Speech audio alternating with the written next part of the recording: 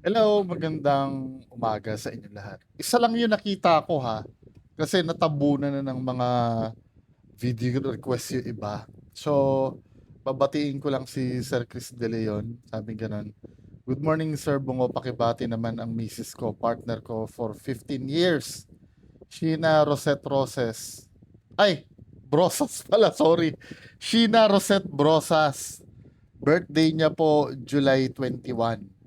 Makikibanggit na lang po na yung regalo ko sa kanya ay nasa wardrobe cabinet daw. Surprise! Maraming salamat Sir Bungo. We enjoy your content at patuloy kami magsusupport. Salamat Sir Chris. Oy, pakibalita naman Ma'am Sheena Rosette Brosas yung regalo sa'yo nasa wardrobe cabinet daw. iPhone yan. iPhone 17 Pro Max. Tingnan mo. Pag hindi iPhone yun, patay ka, sir. Anyway, so pag-usapan natin to, no? Marami nagpapasa sa akin yung mga video ni Casper. Ito, pag umaga kasi, di ba lahat naman tayo nagkakilala kay Tito Norms. Normal lang sa umaga, medyo pasulyap-sulyap tayo dun sa mga activities nila. So, ito matagal na rin itong video na to eh. Ito yung after nung hearing daw. Yung hearing. Ito yung video. Pinapareak lang sa akin to ha. Namiss ko to si Boss Aba eh. Kasama pala si Abal sa na nakasuhan din. Na parang security personnel. Parang ganon.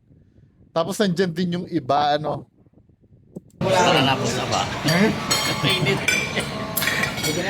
Kain tayo ah. Ito nagpakain si Boss Boyong. Ayan. Sikat na yung pangalan mo, Boss Gasper. Boss Boyong. Maano naman talaga si Sir Alex Pabella. Maalaga sa tao. Kita naman. Parang, to be fair naman, mukha naman siya mabuting boss. Hindi siya yung nagpapakain ng basta-basta lang. Eh si Tito Normson, di ba, nung kasama niyo itong mga to, lugaw lang yun. Lugaw lang yung kinain nila, di ba? Hindi katulad nito, oh. To be fair naman kay Sir Alex. Yan naman ang hindi ko pwedeng i-bash sa kanya. Mabuti siyang boss. Kasi to be fair, hindi naman sa basta kainan lang sila pinakain. Di ba? Thank you tol ah. Oh. Ayan tol, walang Ito yung mga bodyguards no? Sabay-sabay silang umattend ng preliminary investigation. ano yan, wala tayong ano dyan. May nagsabi sa akin, si Tito Norms daw yung naka-long Sikat na sleeve. yung pangalan mo, Boss Gasper. Boss Boyong. Thank you tol ah. Oh. You know, si Tito Norms, hindi. Feeling ko hindi naman. Mga ano lang talaga. Ito yung mga pinalabas ni Tito Norms na bodyguard. Tandaan nyo ha, hindi naman kami ang nagsasabing bodyguard itong mga to. Kasama si Casper. Yung idol nila ang nagsabi na bodyguard daw sila. Pati yung galawan nila, yung magkakasama sila na sa MOA, yung naglalakad. 'Di ba? Yun ang pinagmulan kasi nun. Kaya pinaimbestigahan ni Sir Ralph Kalinisan yung mga bodyguard. Kasi nga pag hindi mo kasi yan, pag hindi mo sila sinilip, maraming gagaya at gagaya dito eh.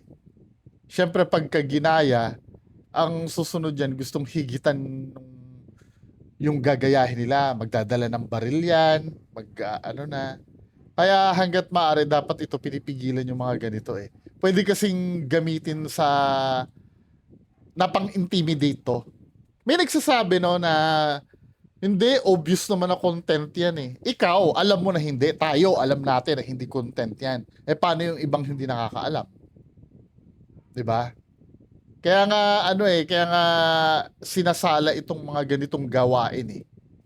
Kasi nga 'di ba, pagka pinamihasa to, maraming gagawa niyan. At inuulit ko pwede kasing gamitin niya na panakot, 'di ba, pang-intimidate, kaya dapat hindi tinotolerate yung mga ganito. na ganyang bagay.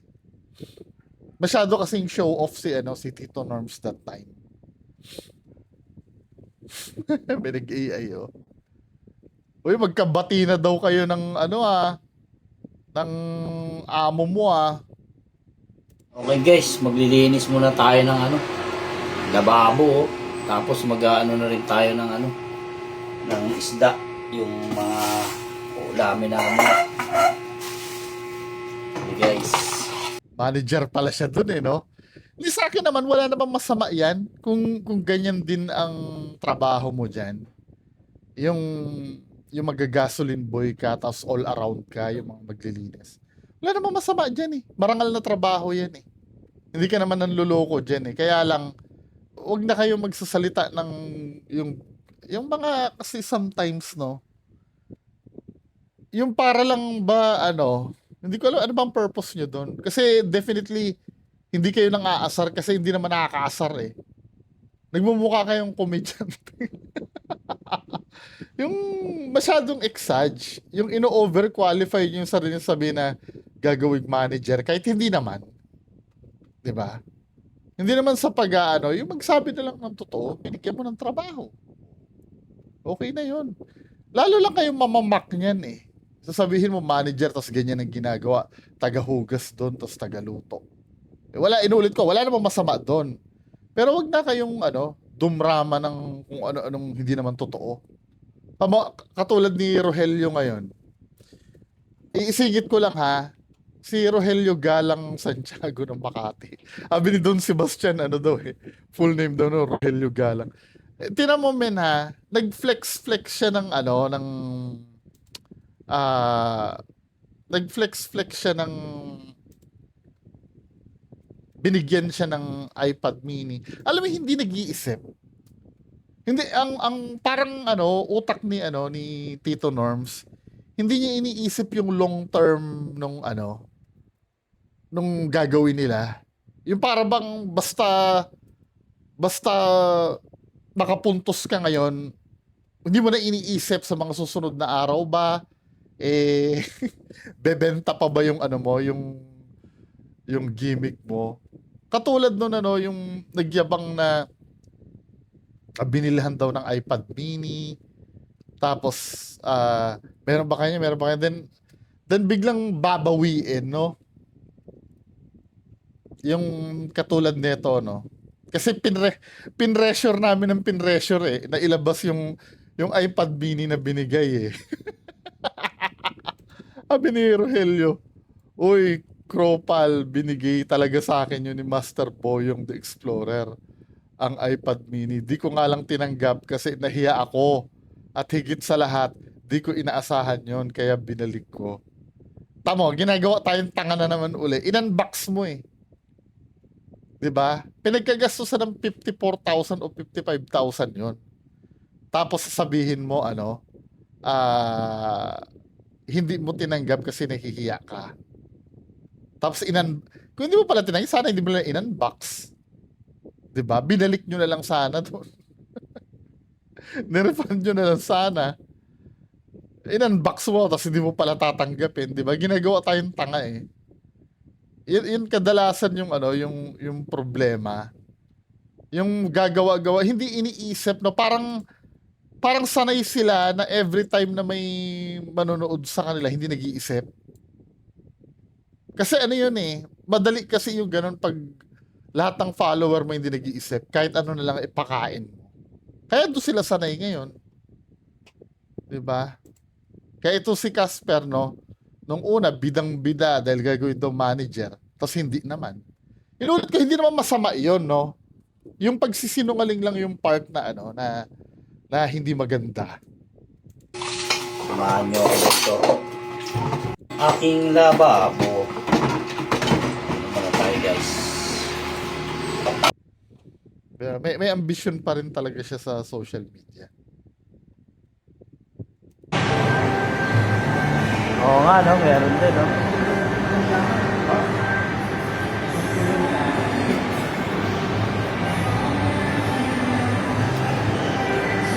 Gala-gala muna kami ni Boss Alex Pamilya.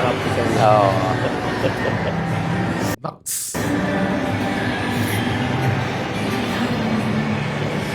Junior. Nag-iisang junior. Oh. Boss na boss talaga, ah. Boss, ha? Diba? Ilalaban na naman ni, ano yan, ni Tito Casper ng patayan yan. Yung boss niya. Parang ganyan kay Tito Norms, eh, no? Kasi may napapala siya. Diba? Pero feeling ko naman, hindi ka naman siguro... Ewan ko, no, kung may hidden agenda si Sir Alex Padilla dito. Pero feeling ko naman kung halimbawa totohanan yung yung relationship nyo as boss amo, feeling ko naman mukhang hindi ka naman pababayaan kasi binigyan ka na ng trabaho eh. Sana magtuloy-tuloy ka na diyan. Yung yung napapabalita na nagkabalikan na pinag-ayos kayo uli. Ewan ko, Casper, magising ka na. Hindi, siguro pwede naman yung... dahil naging boss mo nga naman, may pinagsamahan naman kayo, pero yung papagamit ka uli, men. Nakaalis ka na dyan eh. Trabaho ka na lang siguro. Pero again, decision mo yon. Anyway, next part ng ating pag-uusapan, ito naman yung kay The Kings. Na-content yata ito ni Sir Irvlog, di ba? Ito naman. Guys, pakinggan natin to. May sinasabi. Mga idol, sino yung nakakakilala dito kay Kalbo? Ito yung napakalakas manera na grupo ng mga vlogger, lalo na pag mayroon silang gagatasan sa iyo. Kagaya na lamang ng biktima nila na si Francis Leo Marcos o mas kilala sa pangalan na Francis Mangusin, 'di ba? Sinira nila ng sinira, pinagtulungan nila. Tapos yung mga video nito ginagatasan. Ito yung mga vlogger na wala namang content na alam kundi magnakaw ng content. Ang problema nito, wala silang mukha. Di ba? Ang problema sa mga style nitong mga to, yung parang mga robot na pag ininstrakan mo, oy, banatan mo to. Babanatan nga nila without even knowing kung ano ba yung pwede nilang masabi. Actually, ito ha, Rogelio Santiago ha. Meron kang nakakausap ngayon na may mata ako. At alam ko na ikaw ay natatakot na. Hindi mo lang aminin. Bibigyan kita ng bibigyan ko kayo ng proof ha. Sinesend sa akin yung screenshot ng pinag-uusapan nyo. Katulad nito.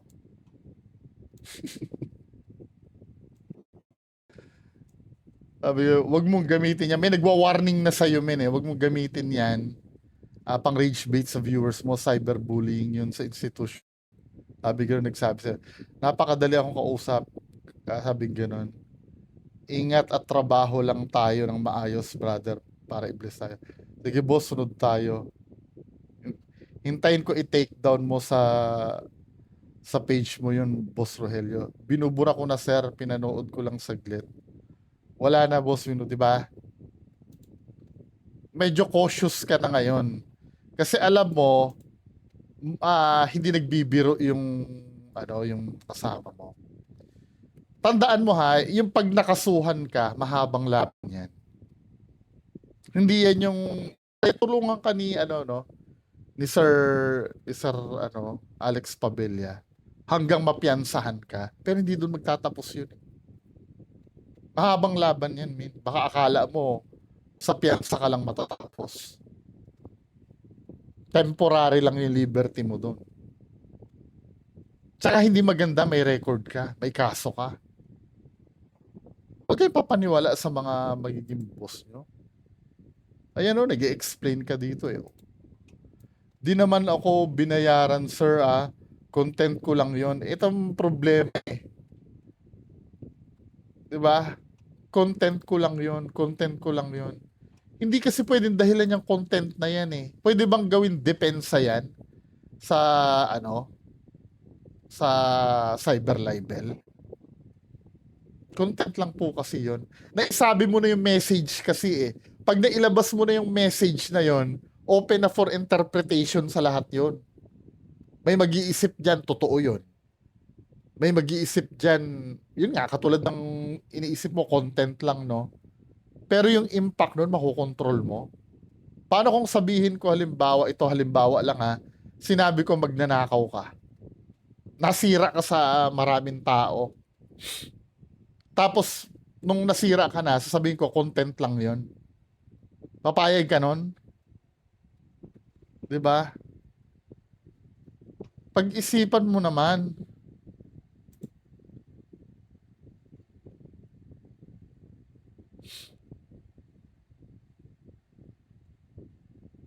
Ayun o, pinagsasabihan ka na. Kasi ito palang kausap mo is police. Di ba, men? Yan ang sinasabi ko eh. At ang masakit nito, may kasama ka pa itong gasoline boy na to, hindi rin alam ang ginagawa eh. Siraan ka nila ng sisiraan, gagatasan Yung, kanila ng yung dawayin mo na sabi sisiraan ang sisiraan, kailangan i-prove mo yun. Paano mo nasabing pa, hindi kasi pwedeng ganyan lagi. Laging ganyan kasi ang argument eh. Siniraan. I-identify mo naman sa amin, ano ba yung isinira? Diba? For example, sinabihan namin na siya ay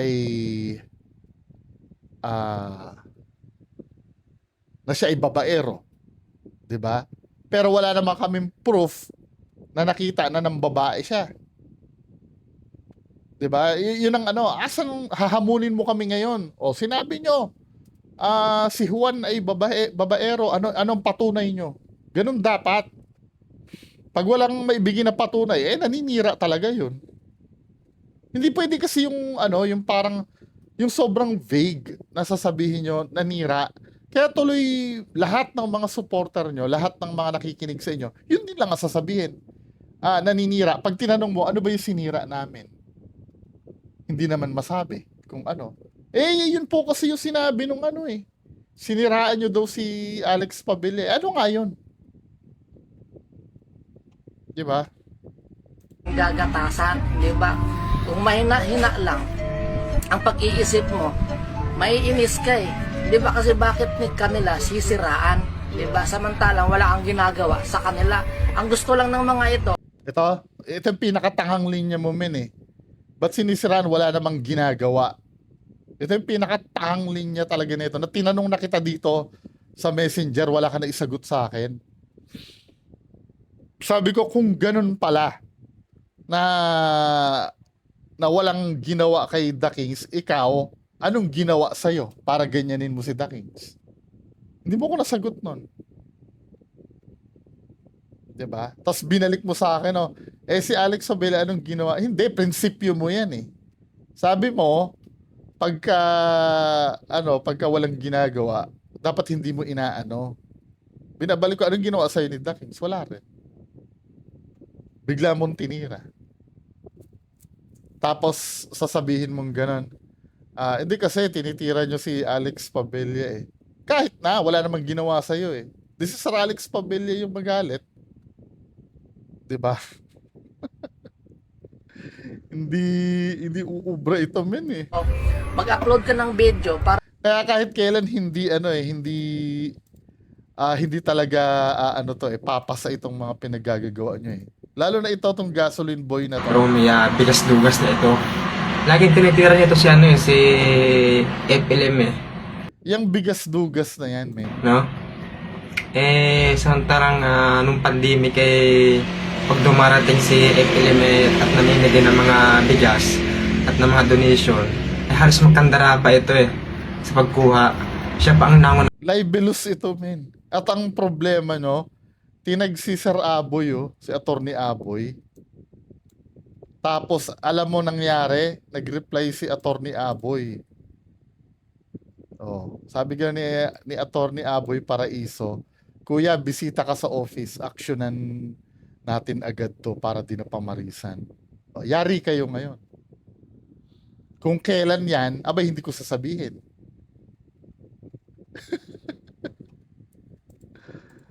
Diba? Nagtaka kayo after mag-post si The Kings niyan, biglang nag-iba na siya ng topic, biglang hindi na nagsalita tungkol sa inyo si The Kings. Si FLM na uli yung binalikan, no? Tapos, iba na yung post. Di ba? Nag-iba na, di ba? Hindi na kayo pinansin bigla. Ay, naku, maniwala kayo sa akin. Balik tayo doon sa, ano. Ito naman, itong sinasabi ni Sir Alex Pabella na to, narinig ko, ang tinutukoy daw pala ni, sino ba nagsabi sa akin? Hanapin ko ha. Yung kapitan daw.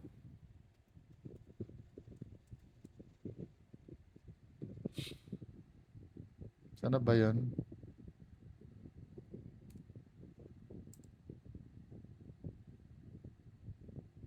Kapitan. Kapitan daw ang ano sinasabihan niya dito eh. Kasi 'di ba tumutula na naman si Sir Alex Pabella.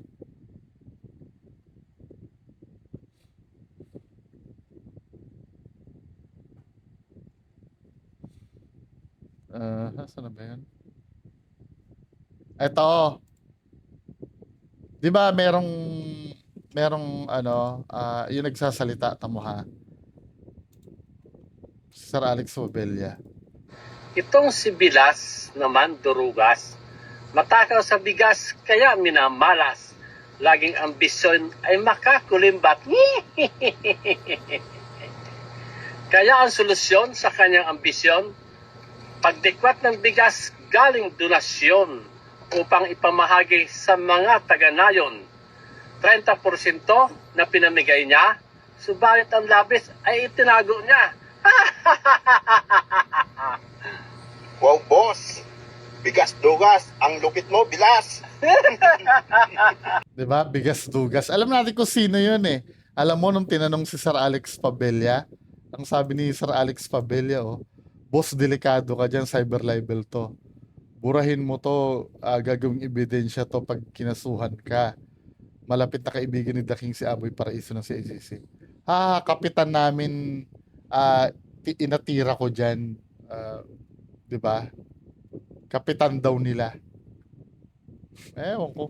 Bahala kayo. Well, at the end of the day naman dito kasi sa social media, iba yung laro-laro sa yung gagawa kayo ng istorya. Iba yun. Ako gumawa ako ng istorya, di ba? Yung ini-stock ako. Pero ang tinira ko doon sarili ko eh. Hindi ako gumawa ng istorya sa iba. Sarili ko yung ginawan ko ng istorya. Pero yung mga ganito men, kaya nga hanggat maaari mag-stay tayo sa facts eh. Oh, may sinabi kang ganito, sabay pakita mo yung sinabi niya, no? Tapos bakit sinabi mo dati, ipapakita mo uli yung kontrang sinabi niya dati. Ganon, lagi ka dapat may ipapakita.